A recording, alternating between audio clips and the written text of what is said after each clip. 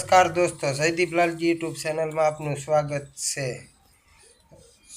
મંગળવાર 28 તારીખ 10/2025 રોજે આજે આપણે માવઠા વિશે વાત કરીશું। ગુજરાતમાં અત્યારે માવઠું ચાલી રહ્યું છે તેના વિશે હવામાનમાં વાત કરીશું। તો હવામાનની વાત કરું એ પહેલાં તો મને દુઃખદ થાય છે કે ખેડૂત મિત્રોના પાક ઘણા બધાના પલળી અને બગડી ગયા છે। બહુ કરોડોનું નુકસાન છે ખેડૂત ભાઈઓને।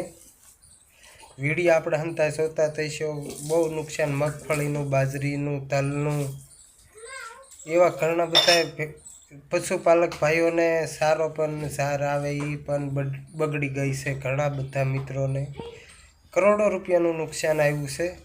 તો હજુ પણ ગુજરાતમાં 3-4 દિવસની આગાહી છે। ગુજરાતમાં એક જિલ્લો બાકી નથી, તમામ જિલ્લામાં વરસાદ હજી પડી શકે છે।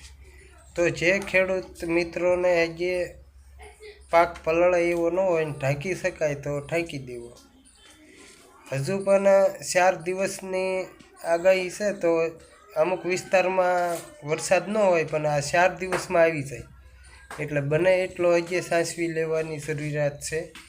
હજી સૌરાષ્ટ્રમાં પણ ભારે વરસાદની આગાહી છે, ઉત્તર ગુજરાતમાં છે, મધ્યમ ગુજરાતમાં છે, પણ સૌરાષ્ટ્રમાં વધુ તીવ્રતામાં વરસાદ પડી શકે।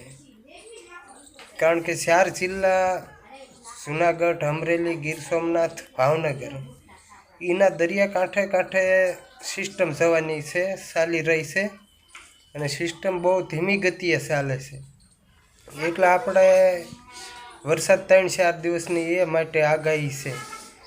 ધીમી બહુ ચાલે છે। અત્યારે આપણીથી